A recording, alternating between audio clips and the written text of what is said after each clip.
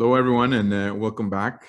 We're going to get started with a Reactor panel. And the way we set this up and the way I wanted to explain how this will happen is I told the panelists, the Reactor panelists, to think of this as someone just had a conversation, as maybe even a debate. And then we came in and we were kind of the CNN Wolf Blitzer crew, in which I act as Wolf Blitzer and I'm throwing questions around the table for a diversity of answers and thought processes. So right now, what I want to do is I want to welcome our panelists. I'm going to ask them to turn their camera on. Dr. Arguedas, Dr. Nnodim Opara, Dr. Qato, Dr. Seymour, welcome. And it's a pleasure to see you all. I've gotten to know you all throughout the year, some more recently, some more a little bit way back. And it's a pleasure to see you here, and I'm really glad that you accepted our invitation to react to what students were saying. I'm going to briefly introduce and read your bios, or a snippet of your bio. And I really, again, just want to emphasize, if you want to read, for the sake of time, the panelists' full bios, I kindly ask you to go to the website. So first, I'm going to start with introducing Dr. Gabriella Arguedas Ramirez, who is an associate professor of philosophy and women's studies at the University of Costa Rica, my alma mater.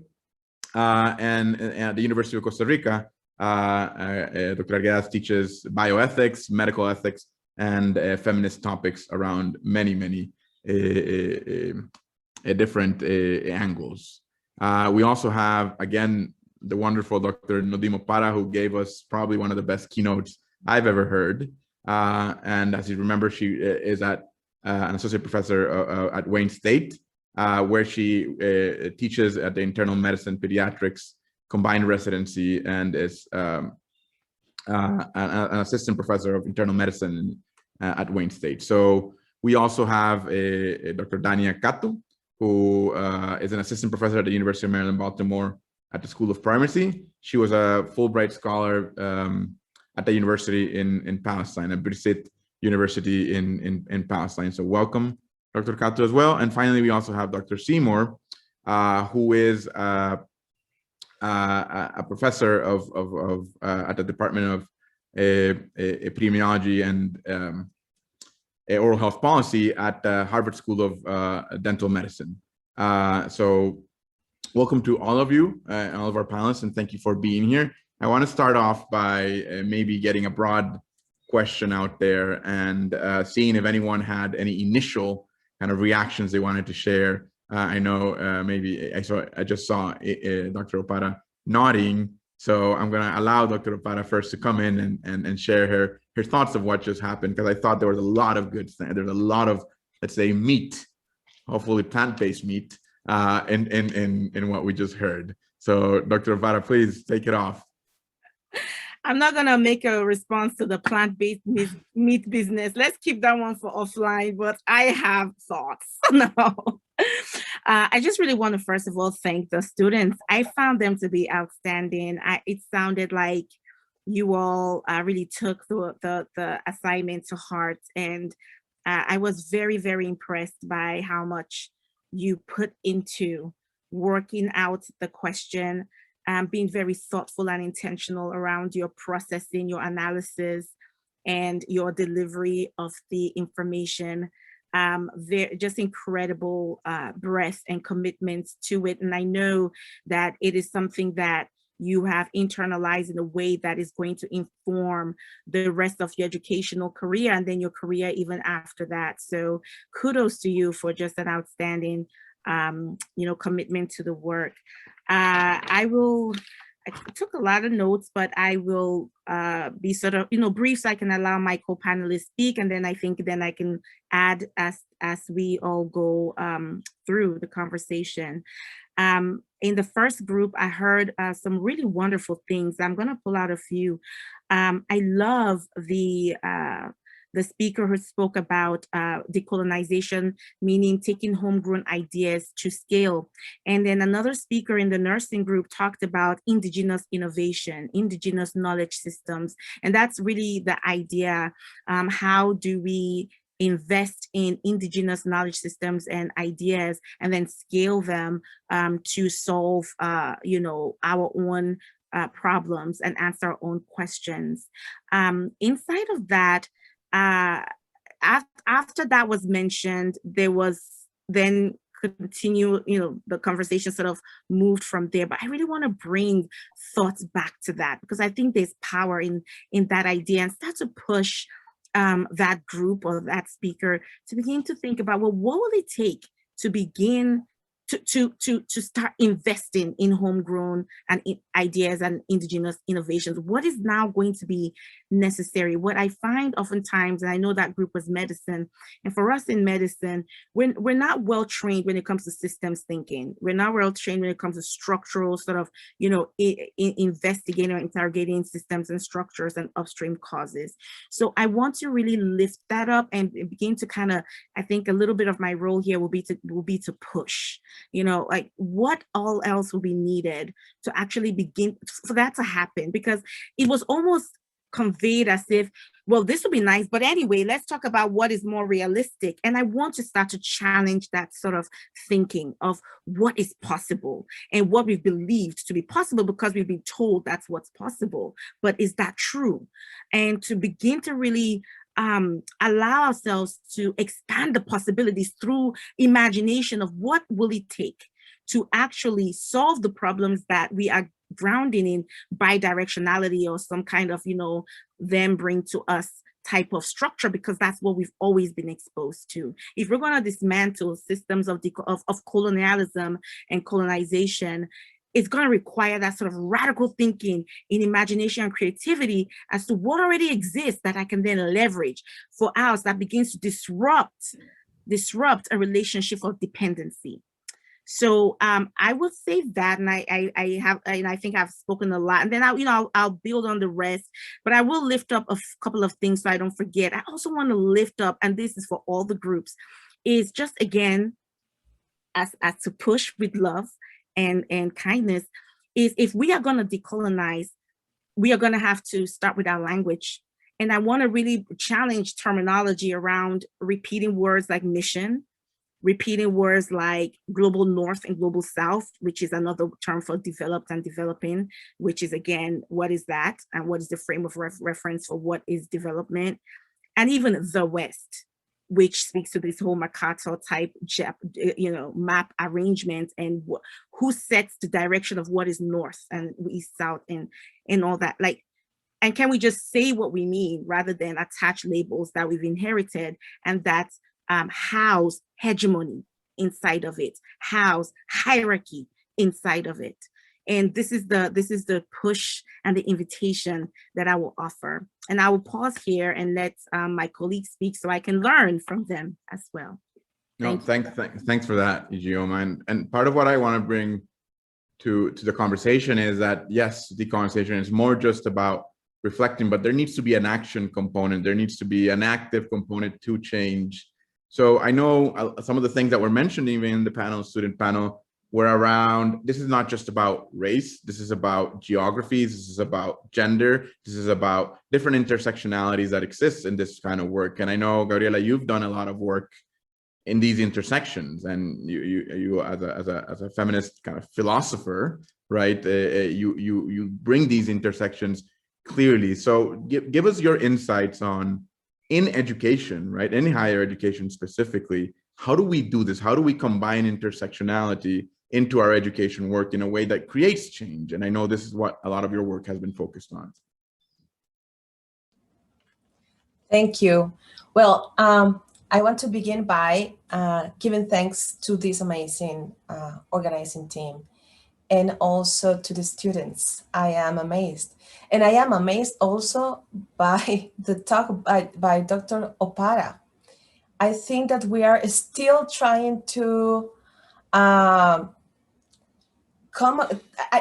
don't know how to put it. I'm very, very emotional right now. I had this goosebumps when you were talking, and I'm still trapped in that emotion. Being said that, answering to Carlos' question about intersectionality, the first thing I want to say is that we have to be very careful not to use intersectionality as makeup, as just, something that the medical school, the nursing school, the pharmacy school does to have a better image, public relations. That's not the way to do it. So we need to be very careful not to say that we're going to introduce intersectionality in some of the curriculum, just as something that is added to the core, something that is adjacent to the real important issues.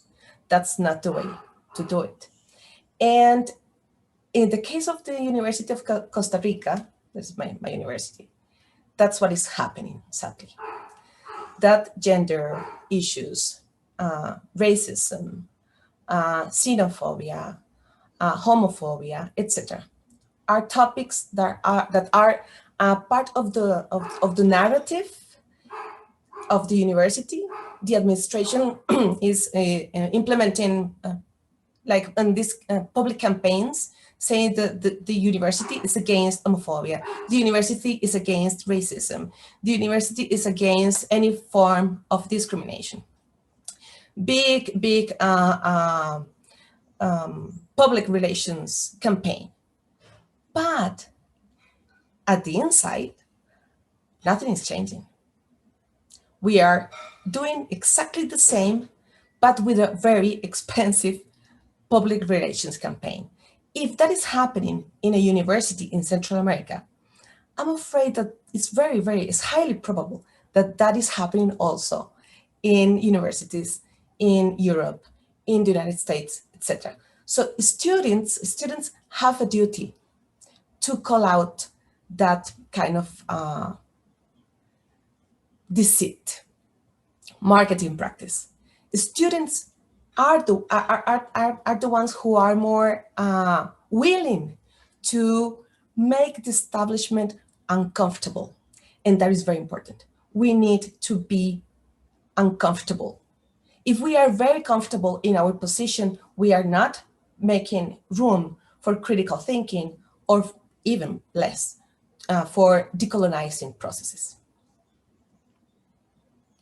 Thank you for those thoughts. And really, as a Costa Rican, I also tend to agree with you that a lot of this is makeup, right? It's taking a very checkbox exercise, just ticking boxes. Yes, we're doing this, but there's no real integration into the conversation, into the curriculum, into the very structure and the policies that drive universities around the world. So, Danya, I'm going to pivot to you around this, and I want to get your thoughts on how do we go beyond just this makeup? How do we go beyond the tick box exercise that we see a lot of universities applying and institutions and organizations applying? How do we move the needle forward, walking the talk, talking the talk, and actually creating change? Thank you. Thanks for having me. It's been an honor just listening in to you, Dr. Guzmán, to Dr. Opara, to the students who, to be honest, I wish I could turn back time or turn forward time and be born, X number of years later to be able to be part of a program that's integrated into your training, because this certainly wasn't the depth of conversations that were happening when I was in pharmacy school, when I was doing my PhD in health services research, not even too long ago. So kudos to all of you, and I'm grateful to be in this panel. I did have some remarks that I think touch on what you've said, Dr. Guzmán. I do want to briefly respond to Dr. Arguedas' comment around, who ends up being responsible for calling out this performance, right? This performance of solidarity. And while we've often seen students being at the helm of social justice and demanding social change and transformative change at universities, I would actually argue that the responsibility is on leadership. It's on tenured faculty. It's on folks who are actually least precarious in these institutions to speak up and build solidarities together. And oftentimes those spaces of solidarity, what ends up happening is that these students who are organizing courageously for change end up having to rely on Black and Brown, primarily women faculty, who end up bearing the brunt of supporting students in this transformative change. So I want us to really think about power in this context as well, and who we lend power to and who we expect of taking the helm of this change while not acknowledging the power differential that's deeply, deeply woven into, at least from the perspective of myself as an academic, deeply woven into the academic institution of which we're a part. So I just wanted to say that as a thought. I do have some thoughts I wanted to share. As an epidemiologist, my work is focused on understanding cause and effect, right? The relationship between exposures and health outcomes. And often when we think about the causes of inequities or disparities, we look at the most proximal causes, those that are easiest for us to see. We might use this logic to say that low-income countries have low vaccination rates, the statistic you started off our conversation with today. They have low vaccination rates because of vaccine hesitancy, or corruption in the government, or low economic status, or incompetence even, instead of more accurately reflecting on the underlying root causes of these factors.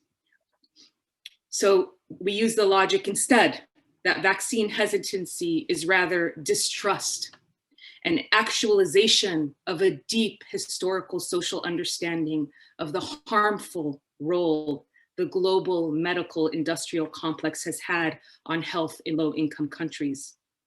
We may instead see low-income status itself as a consequence of not only deliberate disinvestment, but actually deliberate de-development. This is a term I borrow from the scholar at Harvard, Sarah Roy, who talks about the deliberate de-development and destruction and decimation of the healthcare system in Gaza and Palestine. These are important for us to understand because these are part and parcel of a pedagogy around decolonization. So it's not just a metaphor, right? We've talked about this, but the fact that it's not a metaphor is not where we end, it's where we start. And we begin to understand decolonization as this active process of dismantling structures of oppression within my field of epidemiology and health services research, but also the institutions within which we're a part, and of repatriating, okay, and repairing. And these are two things we have a hard time talking about. Repatriation, repairing, reparations, including through material and land return. That is the origin of the pedagogy, not just pedagogy, practice of decolonization in the context of settler colonialism.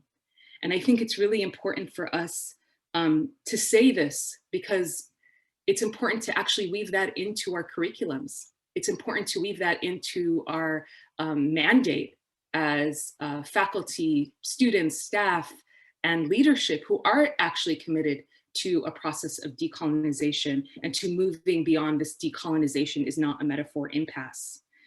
I did want to say one other bit. The students mentioned this really thoughtfully around the erasure of Indigenous knowledge. And I think it's really important for us to acknowledge that our institutions, many of them sit on the historic lands of the Indigenous people of this country who, especially universities, land-grant universities, including the University of Maryland, sit on land that was historically and settler colonized and became these big land-grant universities. So I think it's really important for us to acknowledge acknowledge that, not just in the form of land acknowledgements, but also acknowledge the type of erasure of Indigenous knowledge that happens at our institutions, the erasure of Indigenous people who are living and present, who are part of our communities here in Baltimore, the Piscataway people, the Piscataway tribe, and to think about how we can bring them into our conversation in not just in this token way, but in a way that really amplifies their voices. Finally, I just wanted to say, this is from my own personal experience. I've always been shocked, and I think you mentioned this, Dr. Opara, on how inadequate even faculty knowledge around systems and structural thinking is.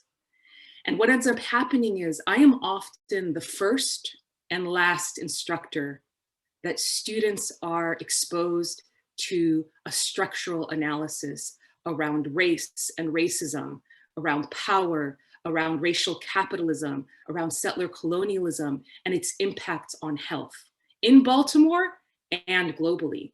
And I think that's something we really need to think about. How do we actually train our faculty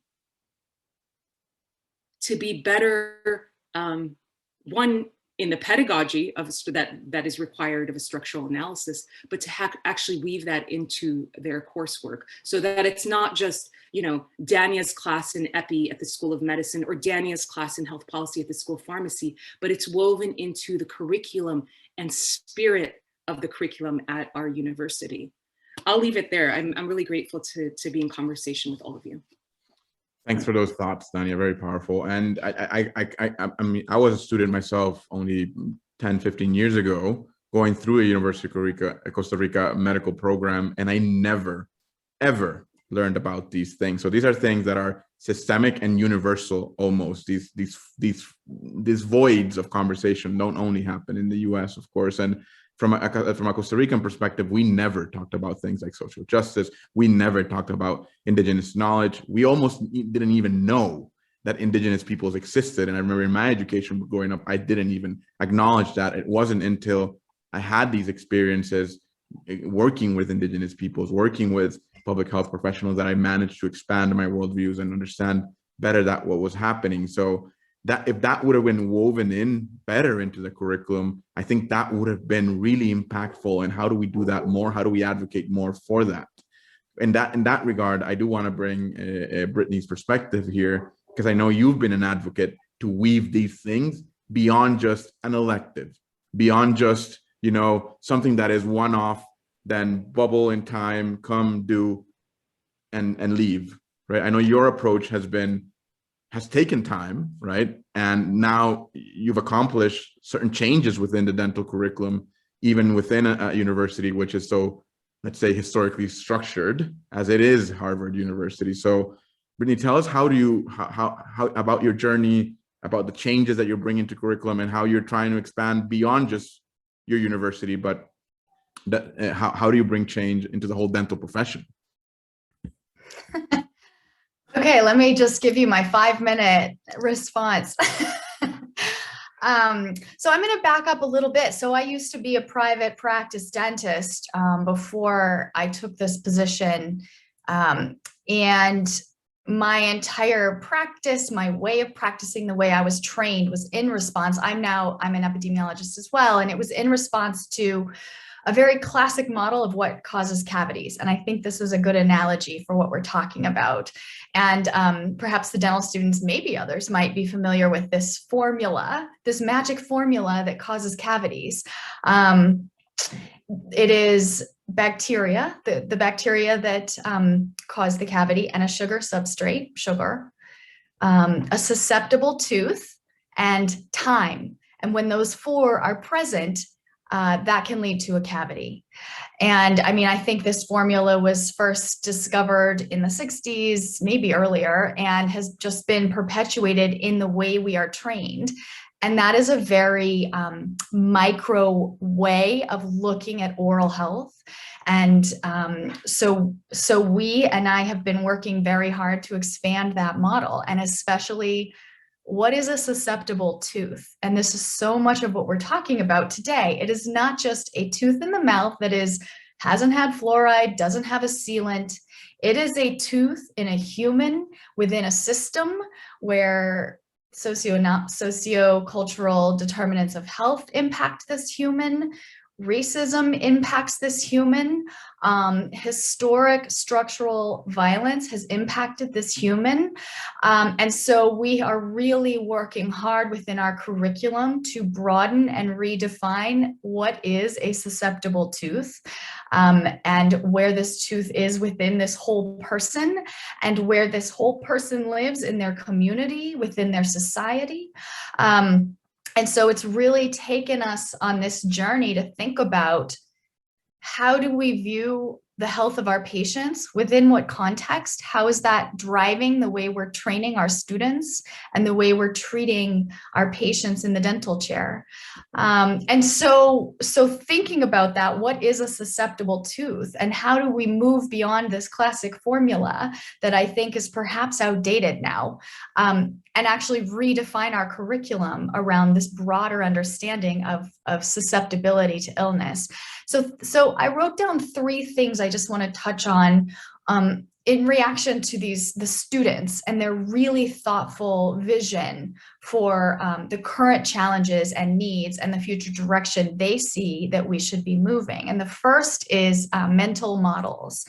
And we all function within our mental models that we have constructed and how we see the world. So for me, as a private practice dentist and clinician, my mental model included this kind of narrow view of susceptibility to illness, and I was reacting to patients within that narrow view. And we're now within dentistry. We have a long way to go in our profession, but we are deconstructing these mental models of health and illness and reconstructing them. We're moving beyond this kind of siloed curative approach and really thinking about and redesigning our approach to training our students in understanding our more holistic roles and responsibilities as dentists in the world. And the other thing we know about mental models is when we have blind spots, we fill them automatically, but only drawing from what we know. So we really need to expand our interactions, our own education. You know, I've been at this work a long time, but I continue to be humbled every time I'm invited to participate with students and others across disciplines, because there's so much that we still have to learn. The next term that I want to talk about is something we've heard a lot, especially in the US this past year: intent versus impact. And I think this applies a lot to dental students and to faculty and dental professionals. Our intent when we reach out to communities and provide services versus our ultimate impact. And not only is our impact not what we think it really may be during those kind of parachute models of outreach work, but there's really growing evidence to show that our impact is often more harmful in the long run. And this is, again, reconstructing these mental models of what our impact in our communities and through our volunteer work actually looks like, and learning. And then I'm going to build from what Dr. Opara mentioned about words, and that words matter. And I really do want to drive home that this word mission is still very much a normalized part of the lexicon in dentistry. I know that that's universal, but dentistry especially. You know, I'm on our admissions committee and I still see applications and personal statements talking about the mission trip they just did or the mission trips they want to go on. We have to stop using that word, among many others. Mission is a direct relic of colonization. The mission was often tied toward providing healthcare as a concession for converting to Christianity. We must stop using that word. And in dentistry, we are very guilty of that. So as part of our curriculum, Carlos, that you mentioned, we are moving away from this idea of mission and really moving into experiential learning. We're shifting our own intent from intending to do good to intending to learn and better ourselves through our collaborations and our partners. So I'll stop there, but those were some of my immediate reactions and thoughts in listening to our students.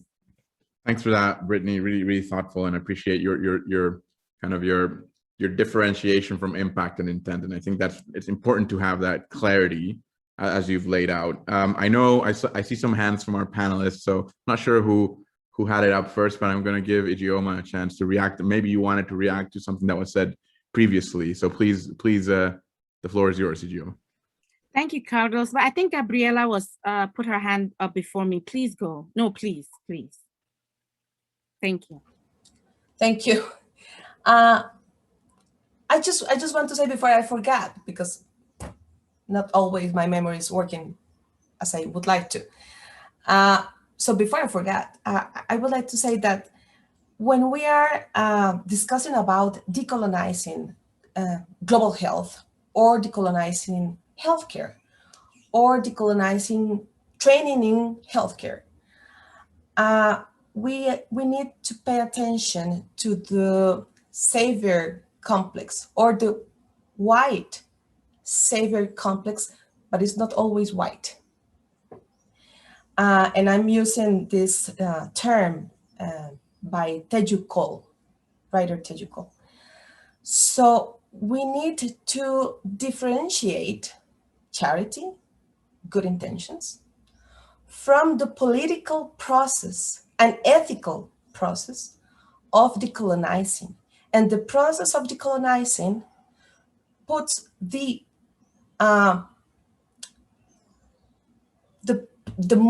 powerful part of the relationship at the center of critical analysis.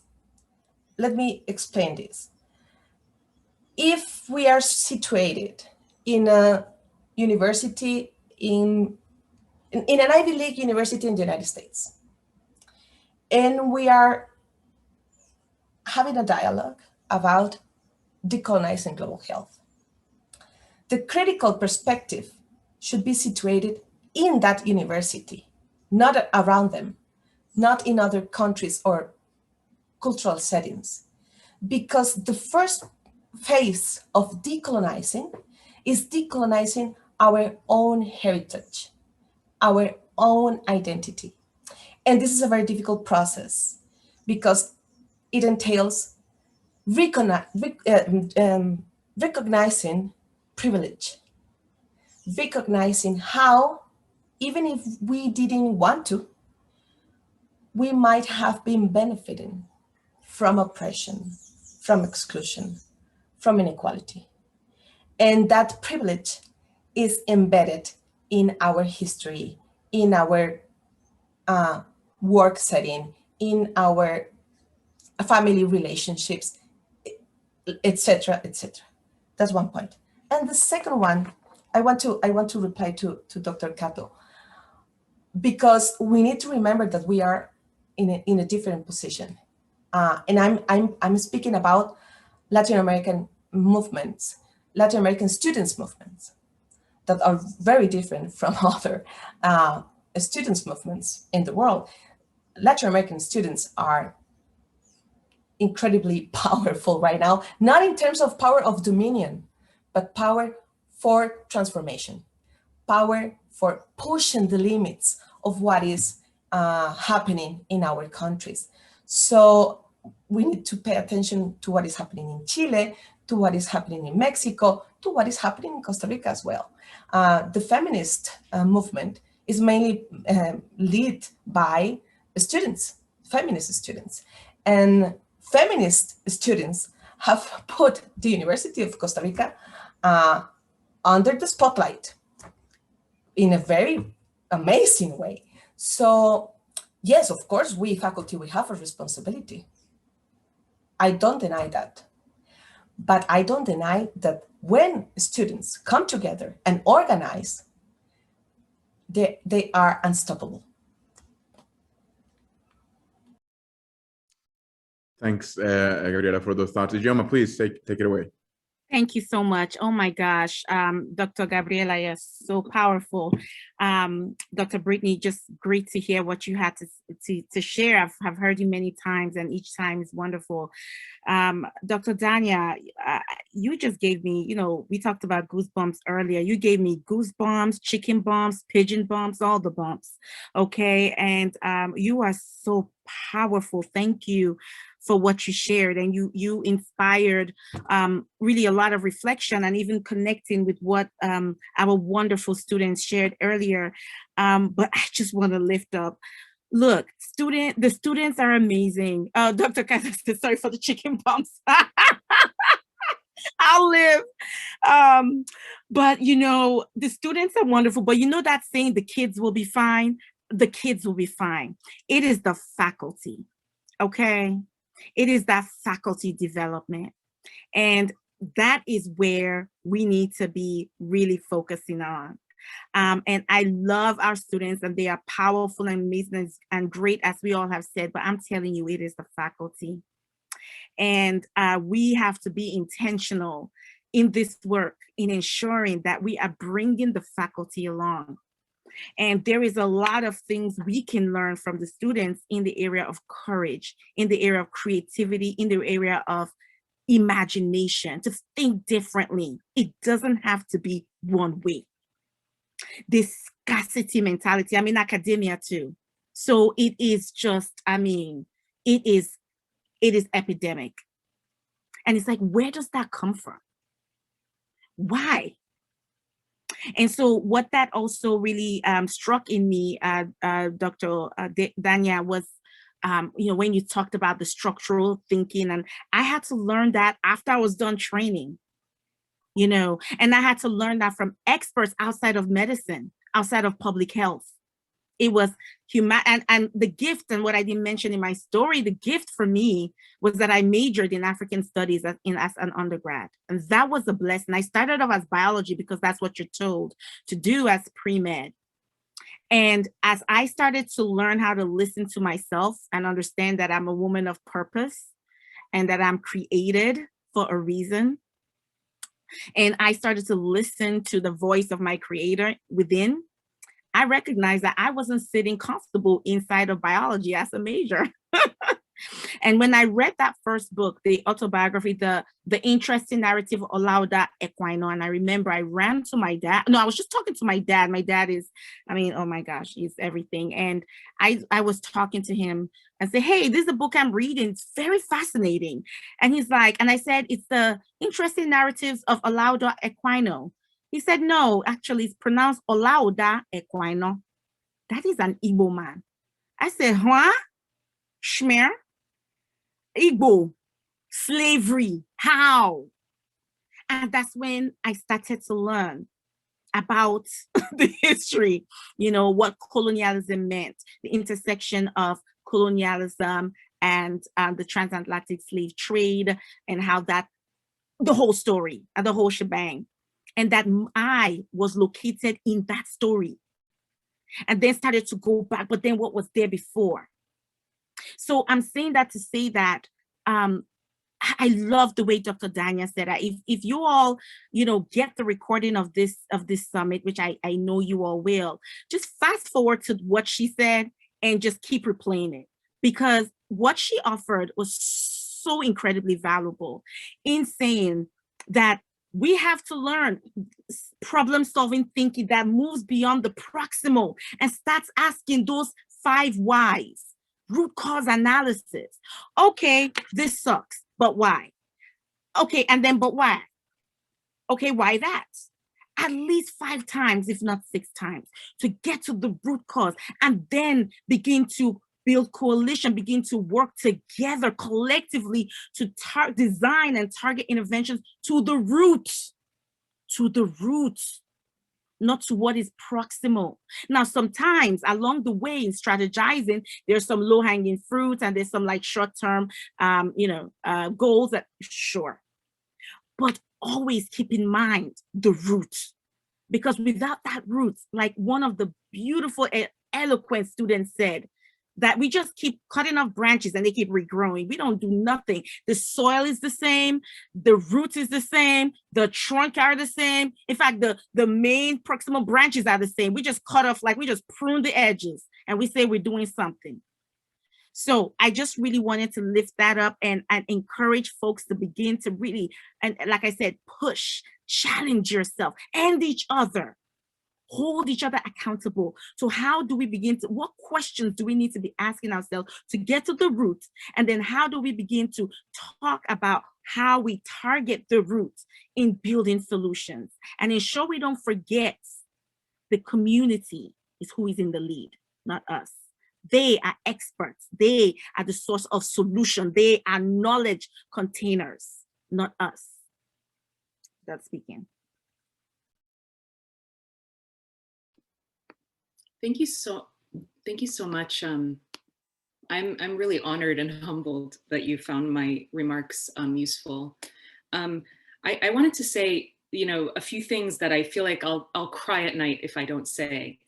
And one of them is, it's sort of like an elephant in the room on a campus like ours, University of Maryland, Baltimore, which is this idea that there is a hierarchy that is assumed and accepted and internalized in medicine. And that is the physician is up top and everyone else is on the bottom. And I say this first and foremost as a pharmacist who has been disheartened to see what I think is pretty absurd erasure of the pharmacist's role in mitigating the impact of COVID. So you have health leaders, you have vice presidents and presidents thanking all of the healthcare workers by name except pharmacists. When pharmacists are the most accessible healthcare providers, at least in the US context, and I know often in low-income countries. And I think that's important for us to also understand this itself, this hierarchy is also a consequence of colonial mentality that has woven its way into our medical training. Not just our medical training, our practice, when we think of scope of practice laws. And so one thing I'm very committed to is, if not in practice, in pedagogy and flattening that hierarchy, to actually affirming the centrality of each of the healthcare providers in promoting care, not just to individuals, but to whole populations. So I think that's also part of this conversation that's very much relevant to our campus, but many campuses that have and teach medical professions. The other one is sort of related to this conversation around missions, and even in their the term itself being a relic of the colonial past and present. And something I've often seen in my global health work and advocacy is this idea, well, it's better than nothing, right? Parachuting in, helicoptering in to this rural community in X country, it's better than nothing. We've done no harm. And I see that the same way I see this idea of mass dispensing of antibiotics as being benign and harmless. It's better than nothing. It isn't better than nothing. It's actually deeply damaging sometimes to an ecosystem of care that's being cultivated in these communities. It's actually a blank check to do often what the healthcare system may not even be allowed to do, or the healthcare system is struggling to do and to make long term. So I also want us to think deeply around this ethos of better than nothing, which I think is woven into a lot of these trips that students and faculty lead, and actually are worse than that nothing. They are actually deeply damaging and destructive to the long-term development of healthcare systems.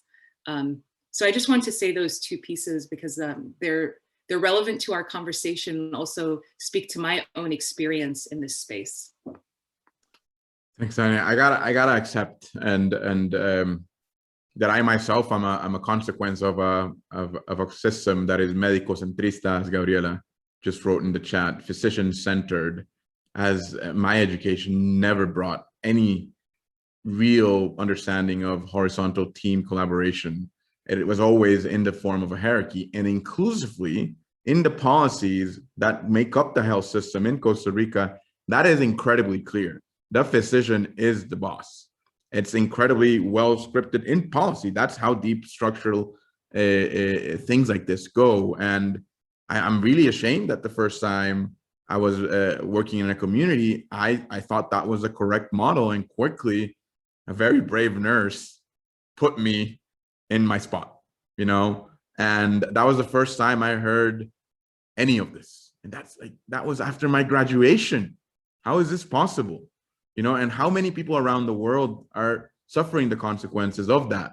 Mistakes that are being made in the name of medicocentristas or physician-centered approaches. Many times, as you were saying, the consequence of these gendered, these racist ideas. So thanks for bringing that. And it just really struck to my personal experience, and just wanted to say that I'm deeply ashamed that that's how my education brought me up. I want to ask a question, and you've been saying who takes the lead: faculty, students, faculty, leadership. You know, I think it's right. I think it's not an either or, right? It's always an and, right? But shed some light on what are some of the barriers. I mean, we need to understand the barriers that are not allowing us to advance, both at a faculty level, leadership level, curriculum level. Does anyone want to shed some thought into what are the barriers, and if you can, how do we overcome them? And then I'll try to wrap up with some positive notes. Brittany, please. So I thought a lot about this all morning. And again, I'll speak to dentistry. Some of this is going to be more generalizable, but for dentistry, where's our incentive? We as a profession have done a really good job creating a nice life for ourselves that benefits the profession dearly, and developed very long-standing structures and fought hard against any effort to dismantle those to preserve the structure of our profession, which means far too many folks around the world don't access our services. So where is our incentive as a profession to start attacking these structures? Although not just from training, but motivation to go into the profession, the curriculum itself, what allows us to be an accredited, recognized institution. It penetrates all levels, and then how we maintain licensure across the spectrum of our careers. So, you know, it's going to take, I think, perhaps forced incentives or just changes in policies across this spectrum, at least from the perspective of the dental profession. Indeed, incentives play, and we call this academic currency as part of these incentives, right? The publications and how that creates pervasive incentives that don't allow these conversations to actually evolve. And just as one of the main academic incentives is publications. As someone that studied in Costa Rica, we don't have those structures in place. We don't have the research funding. We don't have. So when I was coming up and trying to become an educator, I felt that even like the ruler they were measuring we with was completely different, right? My work had been done in communities, implementing, innovating, you know, but I had very little or no publications. But it doesn't mean that I wasn't working. I just didn't have the structures that incentivize publications in place. And that took me a while to understand and to grasp. And now I'm luckily in a university, that an institution that understands that widely and has given other opportunities for professional advancement. But that's definitely one of them that I think needs to be changed and brought upon forward. Does anyone else want to provide some thoughts on the barriers, incentives conversation?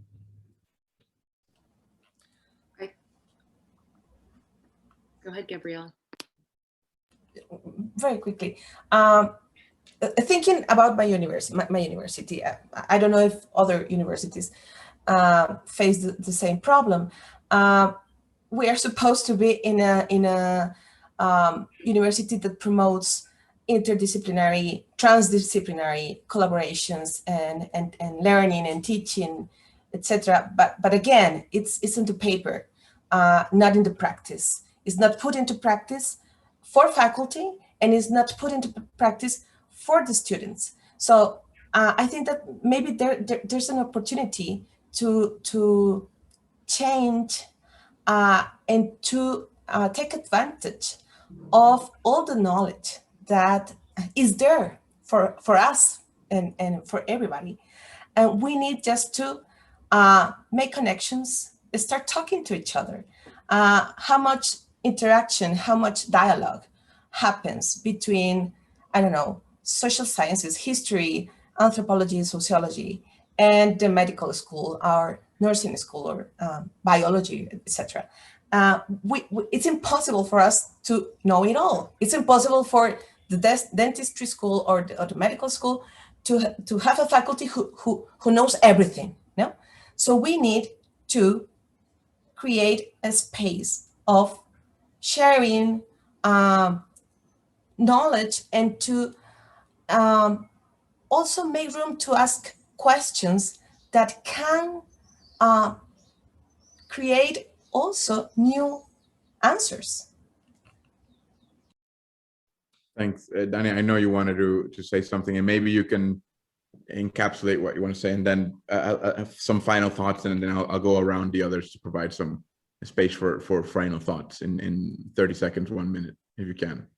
Sure. Thank you so much.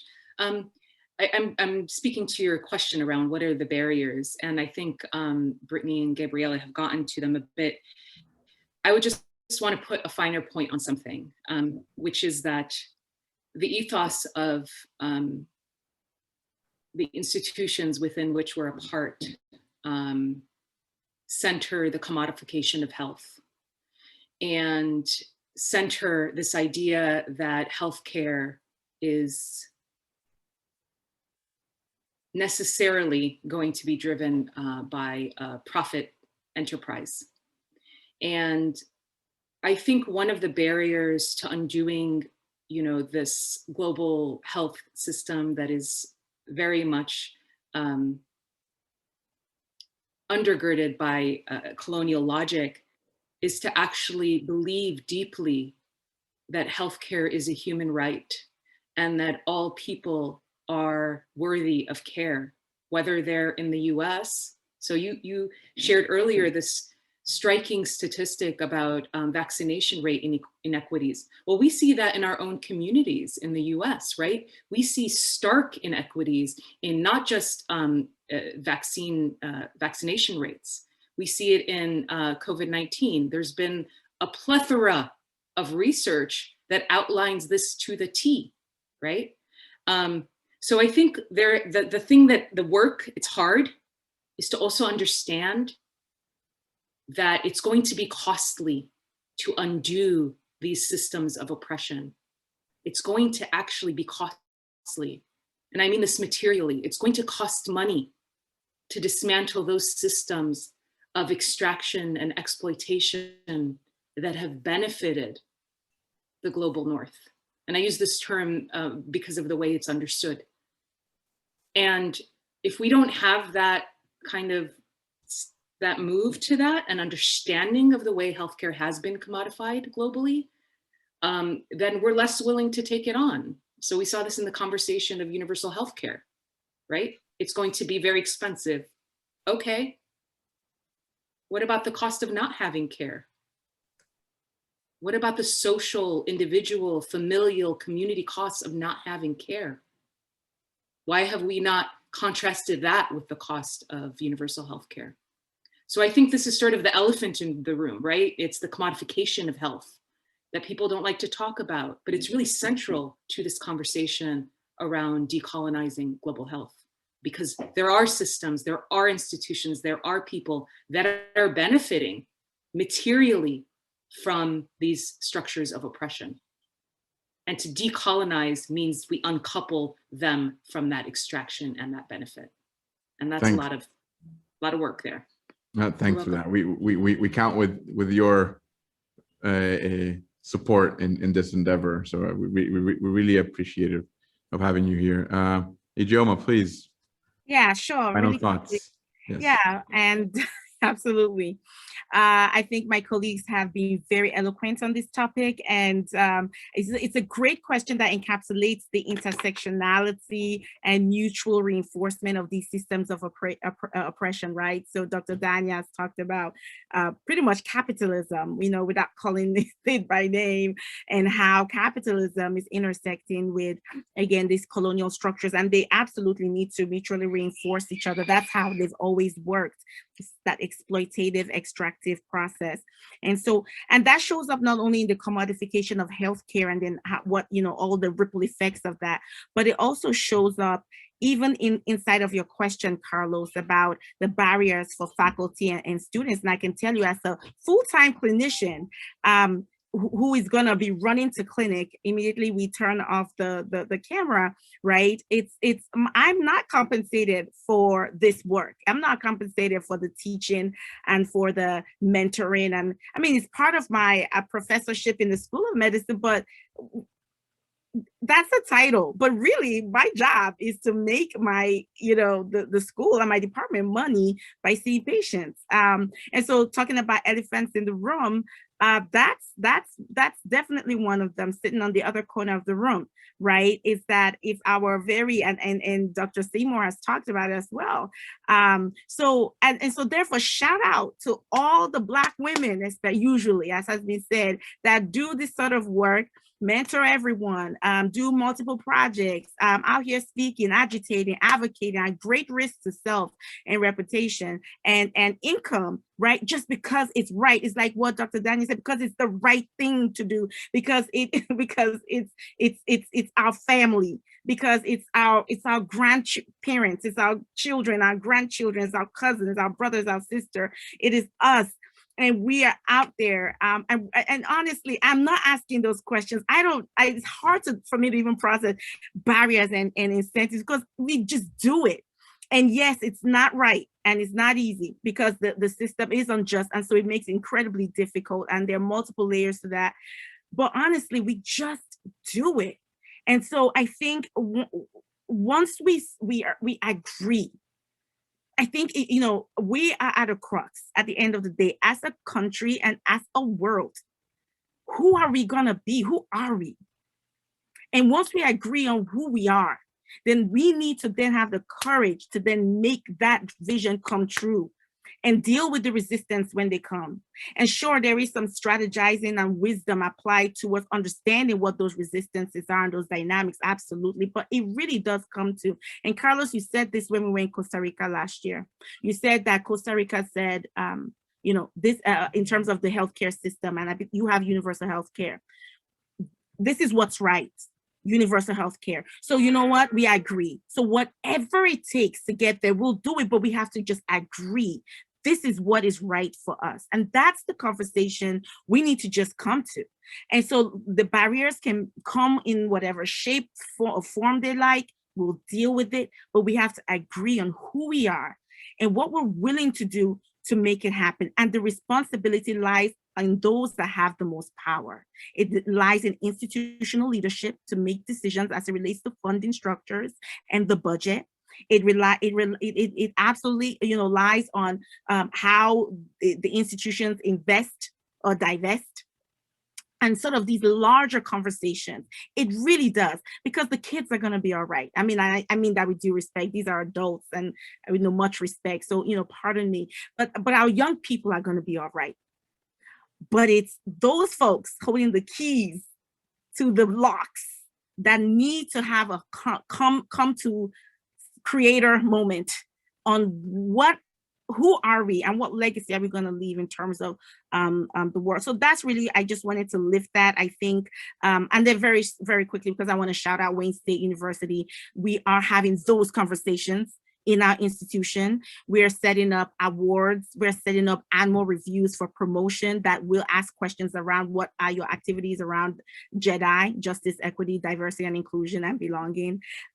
We're setting up awards that honor and recognize that. I've had conversations, and my leadership has come to me, even without me coming to them, about how can we support your work by providing protected time. I really want to honor that, because you don't get that everywhere. And so these are some ways that there can be some liberation, shall I say, built into the system to create the space for our faculty and students to do this work in a meaningful way. Thanks, Ijeoma. Thanks for those final thoughts. Brittany, please, try in 31 minutes, can you give me your final thoughts? We're a little over time. Just trying to be mindful of the next panelists. I suppose I'll just think about, you know, I often, especially early on in my course, when we're talking about the scope of the challenges ahead, I see a lot of cynicism building in students, which I want to be cautious around. And so I really work to actively build from those seeds of optimism that we see through this idea of hope. And there's a lot of actually academic work around the concept of hope. And Duncan Adrad did a nice body of work around hope and moving from mythical hope, this idea of words on a page, to critical hope, where we actually instill in our students, our faculty, hope based on the success of our actions, large or small. And so I tend to really look at where can we identify a success, build from that, instill hope, and utilize that as a tool for continuing to move ahead. Thanks. That's brilliant way to end. Gabriella, please, some final words and to take us home. I just want to say thank you again. Really amazing, inspiring, and that's it. Great. No, thank you. Thank you all. Thank you, Gabriella, Danya, Ijeoma, and Brittany for the panel. Thank you for the people that have stayed on and listened to these very, very powerful conversation. It's a real honor to be hosting this panel and be in the presence of these great professionals. And I have a lot to digest. I think we'll in the afternoon, I'll be